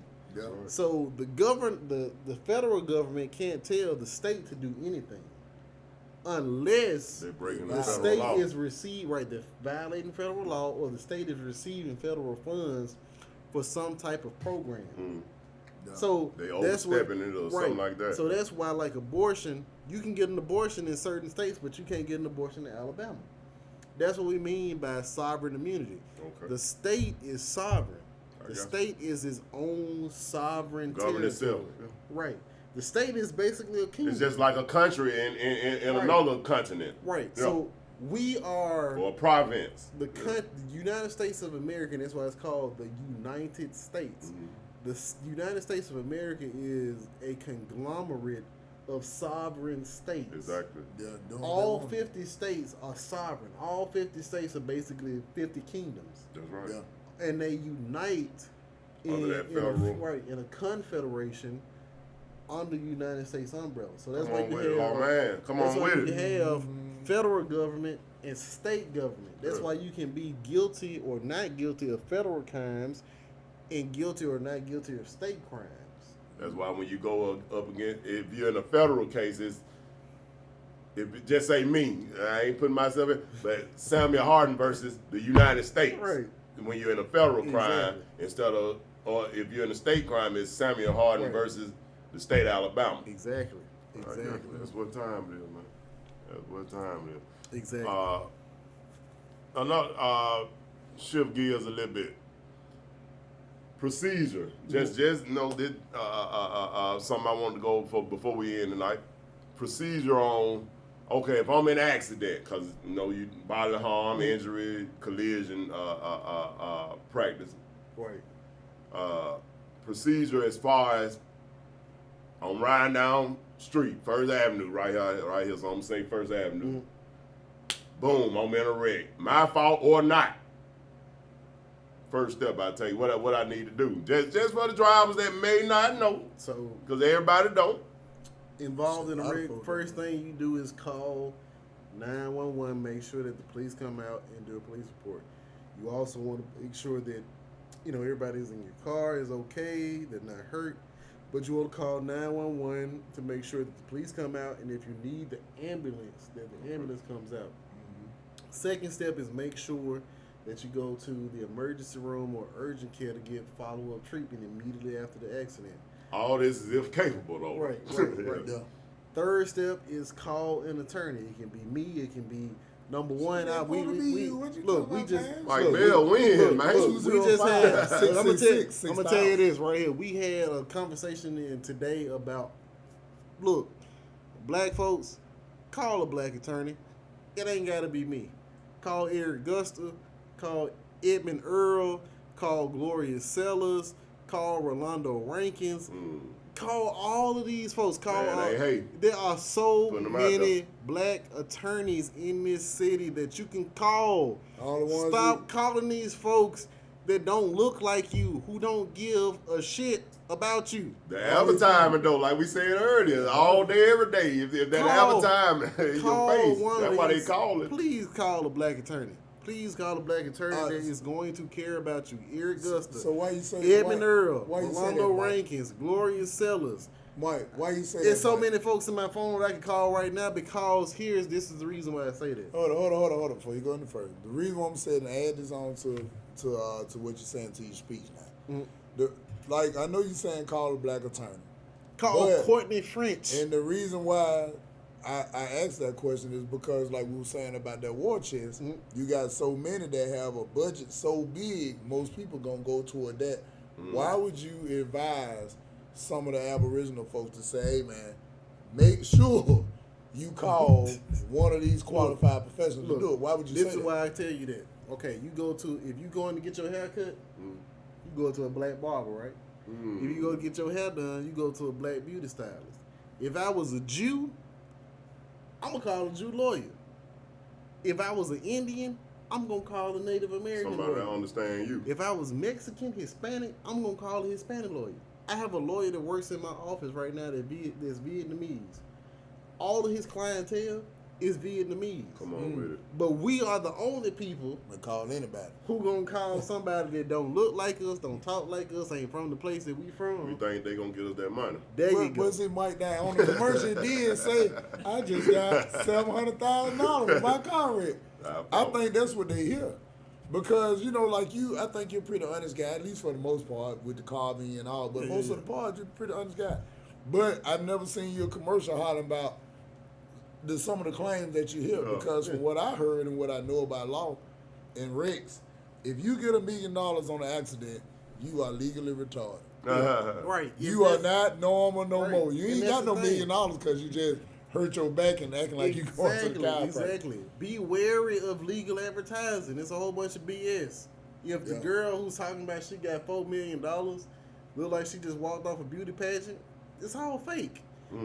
The person that really got $4 million is probably half dead. Yeah. But I say that to say Ain't got no but a is torso. that That ain't funny, but shit. I say all that to say that $1 stays took in the me by black surprise. community for an hour. Think about that. $1 stays in the black community for 1 hour. It's out of there after that. The Pay the bill. shortest amount of time that $1 stays inside that circulates in the black community is an hour. in order to build generational wealth, in order to bring all of our people out of poverty, black dollars need to stay and have to stay inside of the black community. So it would behoove all of us, it would be advantageous for all of us to start to utilize black businesses, black contractors, black barbers, black beauticians, black doctors, Help black each other. lawyers. We go to black churches, but we don't want to call a black doctor. We go to a black school and educate our children, but we don't want to call a black lawyer. I mean, but then again, Michael, you got to be fair. If a dude done got burnt, you don't want no black doctor because he might went to school with his ass. Hey, going here today, my bro. Cool. Now there is the other side of I need a checkup. The other side That was you said in the front. I need a checkup. Right. The other side of that is true. Just like I got cousins that's contractors that I wouldn't recommend to a dog. Oh my goodness. But at the end of the day, those terrible experiences shouldn't stop us. Can they build a dog house? Right. No, probably not. Shouldn't stop us from utilizing the resources that we do have in the black community. Again, like I said, in all seriousness and all fairness, look, there are some seriously talented black lawyers in this state and in this community. You ain't got to call me, but please, before you call a white, before you call an Middle Eastern attorney, call an attorney or a doctor or a barber or a beautician, a contractor of color. So you want somebody, basically somebody a little bit more relatable. Exactly. I mean, I think that's fair though, because you know, I believe in that concept for the most part, but I also believe in getting the person who can do the job too. Exactly. So you know, but I do agree with you on that. But I think sometimes from the experiences that people had, it leaves a sour taste in people's mouth. Look, because me being a barber the professionally same, for 26 the years, same bar exam, I the same bar exam that Mike Slocum passed, the same bar exam that Morgan and Morgan passed. Now, you can't talk about Mike Slocum now. He be shooting deals and shit, man. The same, the same bar exam that all of those he did the people big bucks passed. The black attorneys passed too. Rolando Rankins, Come on with Eric it. Gusta, Come on with it. Gloria Sellers, Courtney French, Edmund Earl, and like I said, there's a host of all of others. Rodney Barganier, I feel Kiera Irby, you Donna Blankenship. But I'm gonna tell you, you ain't fucking with Cole Goldberg. 800, Hey. 600, Look here. 6014. Right, Hey, you know the number. I had an accident one I'm fucking time, with you, man. and I called them. Hey, I might Yeah. call This back in the 90s. too. I called them based off that jingle. Exactly. Because I'm sitting in the car, That tore war up. chest. Y'all know Gerber. Know what I'm saying? Bill spilled everywhere. Y'all know Bill Goldberg black. Oh, yeah? I ain't Y'all know Goldberg. He a black Jew. He wasn't the black Israelites, but he wasn't us. So Goldberg all right, but everybody else. That jingle a ring in your head though, man. It's good to know what you just said. but see, it I'm goes- telling you, all I heard was ding, ding, ding, ding, ding, ding, ding, ding, ding, ding. Yeah, exactly. I was like, Back what to the the numbers market. is again? And I dialed them just like that. It go back to the marketing though. Yeah. You know, so it's like, man, I understand it all though. And then by you being in the profession, I can definitely respect why you saying what you're saying, because you see it a little bit more in depth than what we see it. So, and then I'm gonna ask you this too, man, about when you're talking about personal injury. When you say personal injury, most people just think about car accidents. Right. When you say personal injury, is that for slipping and falling at work? Building, you know what I'm Hit by a saying? car, yeah. All kind of other stuff outside accidents. So personal injury involves any type of injury that happens to the personal body that's not at the fault or the cause of the person who's injured. So that could be a construction accident if you're a construction worker and something falls on you, something blows up. It could be a workers' comp situation where you're injured on the job. Of course, car accidents, truck accidents, motorcycle accidents, pedestrian accidents. It could be medical malpractice where your doctor has injured you. It could be negligent security where you're shot, raped, stabbed, assaulted on the premises of somebody else. Mass tort. It could be just like we see all of these right now. The big thing is hair relaxer. Hair relaxers that generally for the past 50, 60 years that we've been putting in our heads has been known and been linked to cancer. These people have manufactured this knowing that cancer is linked to this, but they're selling it to the black community, knowing that the black community needs the product. Oh man, that's a good They one. don't necessarily need the product. They want the product. I ain't gonna say They probably won't. So you can get a personal They injury want the claim? product, yeah. Exactly. From Any type of injury. That's that good info, happens- people. That's good info. Any That's injury good info. that comes to your body, that happens to your body, that happens to your person, that's not at your fault. You're not the cause of it, but it happens at the hands of somebody else is what we call personal injury. So drinking hot coffee and burn your tongue. Call Mike Bell. Exactly. You I get it from got you. McDonald's and it's too hot. Certain temperature that coffee has to be.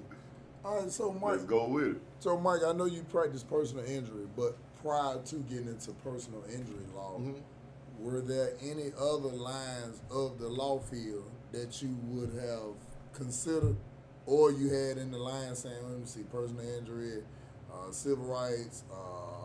Well, we do civil medical- rights too. So Okay, so you do more than personal injury. so civil rights falls under personal injury. We actually had a case against a police department here. I can't say the name, but we were able to recover significantly a 6-figure settlement for that person because they were beaten while in handcuffs.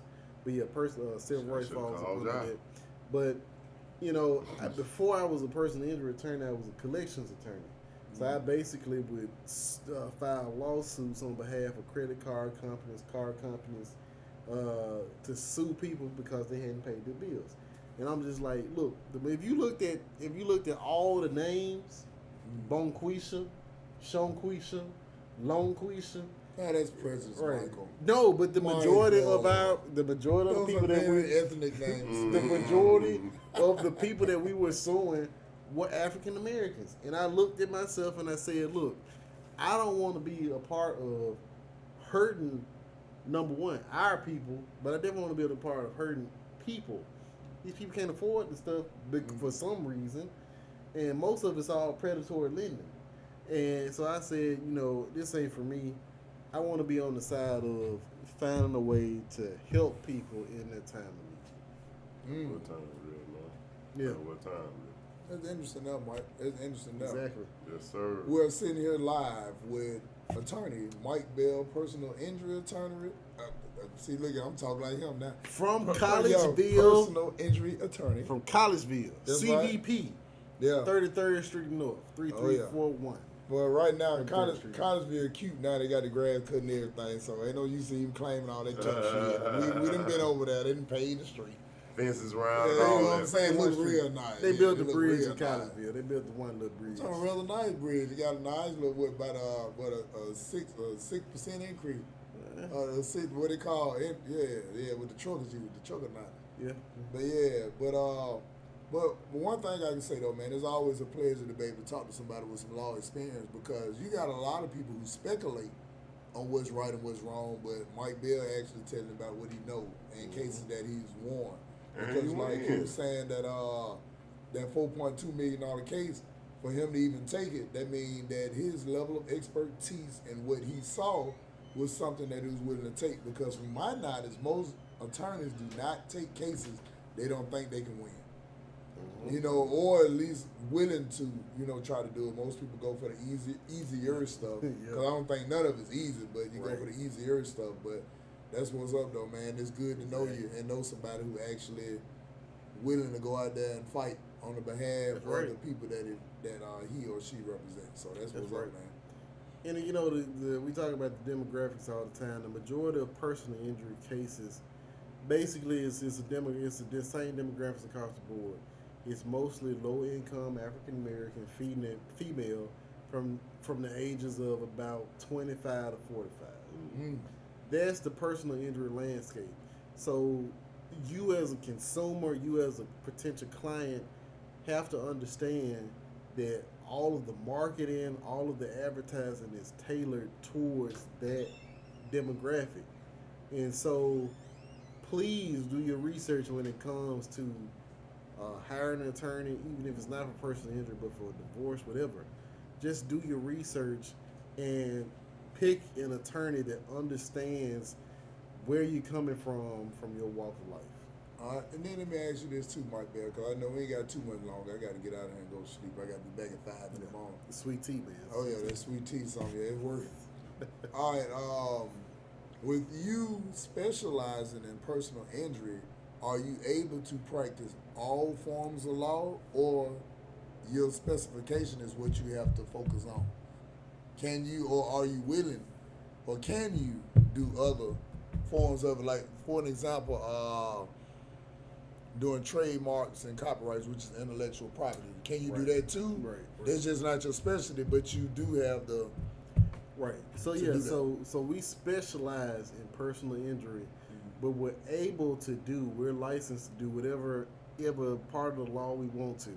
For the most part, what we try to do is, if it's not an area of expertise, we try to refer that to partners that we work with who specialize. It's just like if you go to an ENT, if you go to an oncologist, if you go to a family doctor, you want a lawyer who has a specialty in that certain area. Yeah. So we try to, if you call us about a divorce case, we'll answer the phone, we'll talk to you, we'll give you advice, but ultimately we're going to refer you to someone who specializes in that area of practice. So yeah, you can call us for whatever, and we'll definitely pick up the phone and we'll give you the time of day to give you a consultation. Okay. Well, one more thing. Well, another thing Mike before Bell wins. before we close it down, man. Mike Bell wins. We always, our mission statement here at the podcast, man, Barbershop Store. We thrive on inspiration, bro. Oh yeah. So, young aspiring lawyers, what can you tell them that want to get into it, that's coming out of high school, don't have the first clue about going to school, being like you said, I don't want to go to no more school, man. Right. They don't have a clue about what they up against. You know what I'm saying? Exactly. Aspiring and trying to achieve, you know what I'm saying, the achievement of being a lawyer, legal professional, Right. So what I would say is that the biggest or the best opportunity or best vehicle to create generational wealth, which means wealth for yourself, your children, your grandchildren, your great-grandchildren, is getting some type of license or some type of certification. Whether it is becoming a barber, whether it's in IT, whether it's becoming a doctor, a realtor, a lawyer, home inspector, contractor, home builder, is some type of license and certification. Whatever it is. Sharpen your skill. If you go to college, the degree that you get, if it's an undergraduate degree, needs to be a degree that gives you license to do something. Yeah.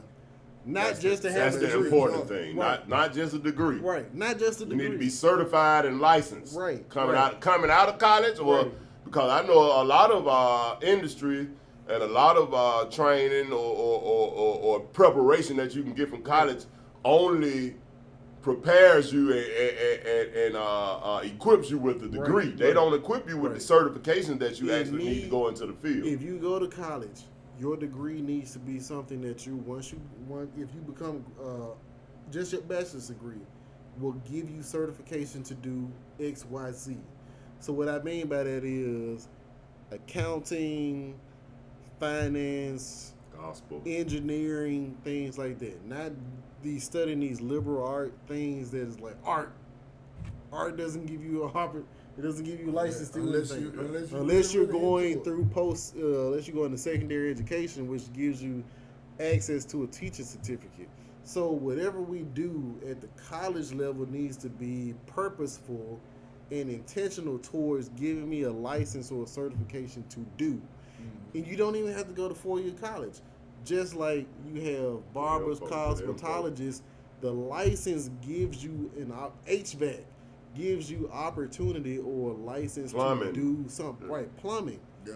It's all about certifications and licensing. Practicing law, being a doctor is nothing but a license. Yeah. A license to do. Number one, that gives you, nursing.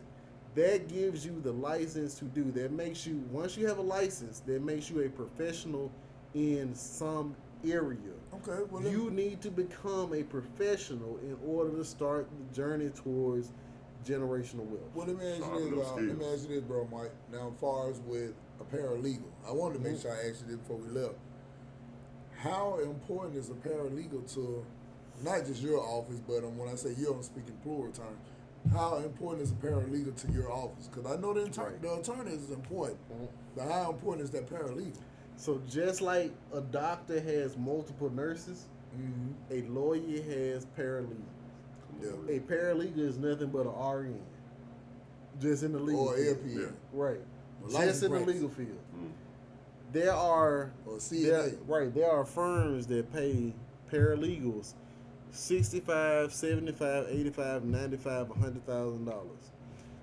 If you want to get into the legal field but not be an attorney, getting a paralegal certificate will open up that door for you. So it's all about certifications and licenses. Can you be an independent paralegal where it's like, I do work for my bail, I do work for... Yes. There are paralegals that are contractors, independent contractors. See, to me, that sound like that's better, though, especially if you're a great researcher. You probably can make more than most of the attorneys if you're doing multiple firms. Exactly. And you know your stuff. Exactly. And so what we have what we have been taught is, and even though I'm a product of that, is just go to school just to get a degree, no matter what it is. Yeah. But if you're not going to school intentionally and purposefully to ultimately come through with some type of, once you walk out the door, once you get that diploma in your hand, you can immediately make the money that you want to make without having to go. That's a waste and get of those certifications and different stuff. Yeah. Exactly. After you graduate. Exactly. And some of that can be done at the 2-year college level. RN can be done at 2-year college level.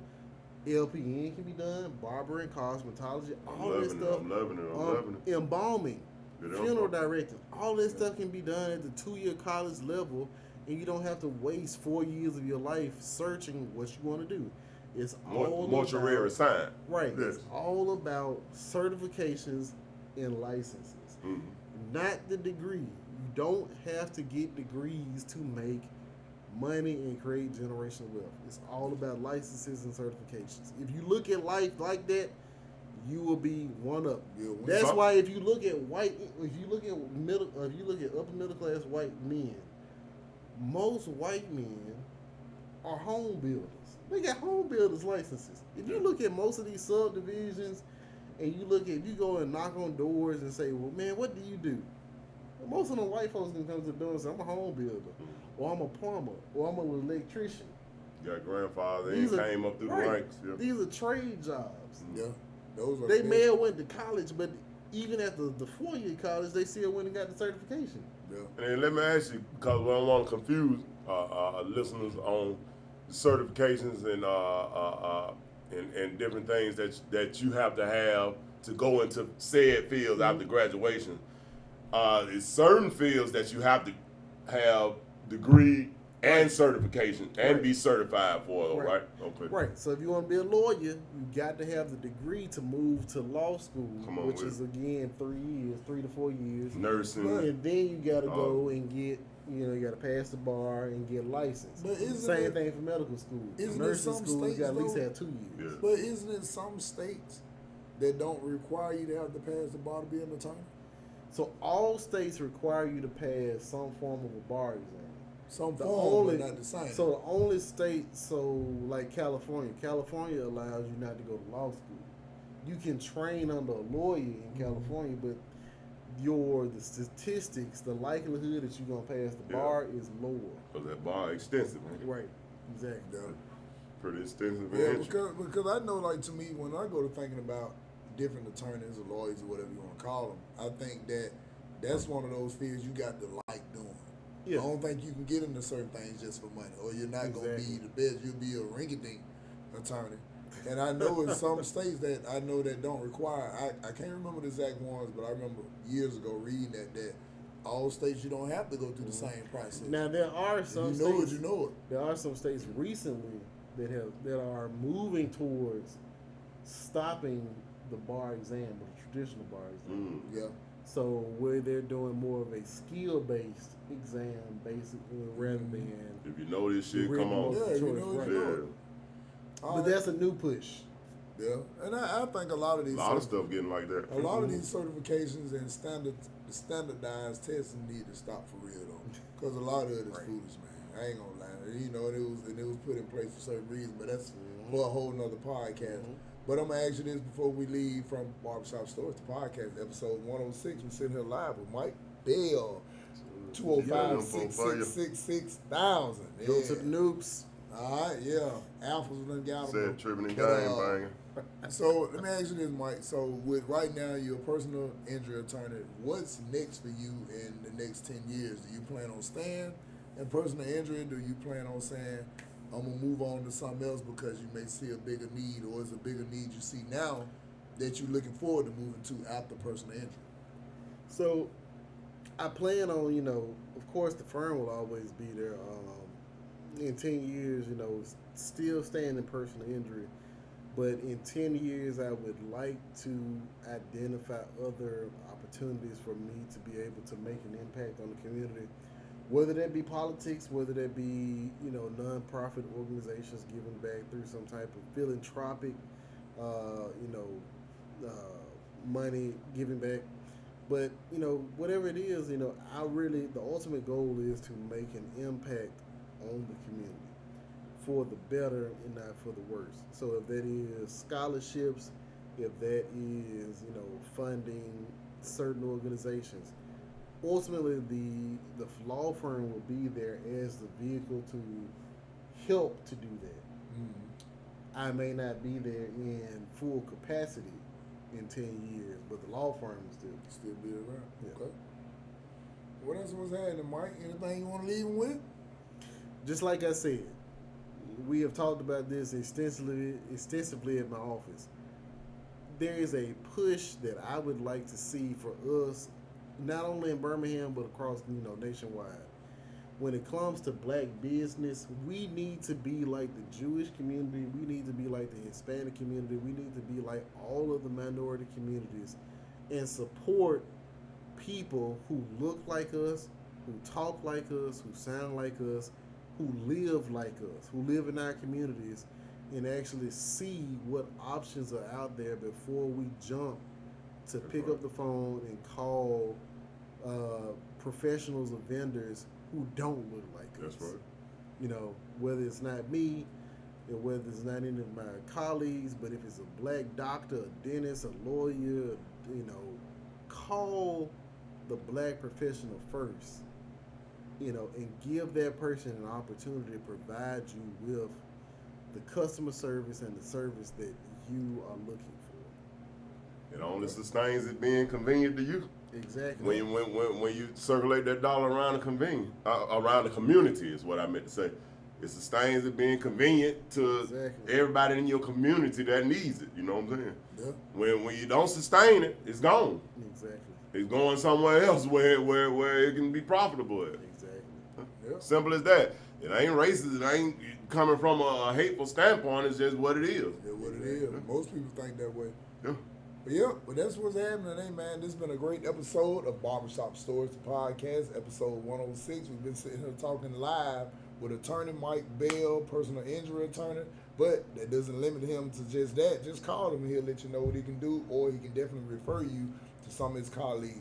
Also, shout out to K1 on the ones and twos. That means he's a DJ, a cameraman, an editor, a father, a fella out of Ensley, a truck driver, A misled Auburn fan. all Misled. that. So, hey, y'all, any of Congratulations, SEC champs. I'm going to give them props. Oh, They call he give me mine when they do. I'm going to give it to them. Congratulations. That's right. Congratulations, So any of your video needs, you make sure you hit up K1 at, what's the number, K1? 205 what? 249-3486. That's right. Y'all make him check out. He one of the baddest fellas in the business. Any more information you want to tell him, K1? That's it. That's it. That's what it is. And Go. Then also too, man, y'all make sure y'all stay tuned in to this Barbershop Stories podcast. Next week we have famed comedian that's been on everything from Comic View to Bad Boys of Comedy to Who's Got Jokes, who's traveling around the country and some places outside the country. Comedian Sir Walt will be on with us next week, March 27th. Make sure y'all tune in live for that. And also, too, y'all don't forget now, merchandise I do have. I got shirts that say, with your stinking ass, with your lying ass, recovering hoe, and I gotta be resaved, hats and all. Boom, this can be yours. I mail them out to you. As soon as you send it to me, I send it to you. Yeah. Also, too, y'all make sure y'all check out these comedy shows. I'm here, there, and I'm a little bit everywhere. March 28th, we're live at the Stardome. Go ahead and get those tickets now at stardome.com. Exactly. Got a great lineup on it. Also, too, March 23rd, if you in the Newport News, Virginia area, make sure you check me out at Nostalgia Lounge, hosted all by Skeeter G. You can check that out, too. Go to BennyMac205.com. April the 7th, we back at the Stardome. Only the best independent talent in the country. Ass. That's right, with your stinking ass. But this is what I want you to do. Go to go to BennyMac205.com and you can see all the shows and events. And we definitely will be there for you. I bring you that funny for a little money. It's always something to laugh at. We're also professional barbers. We're open 7 days a week.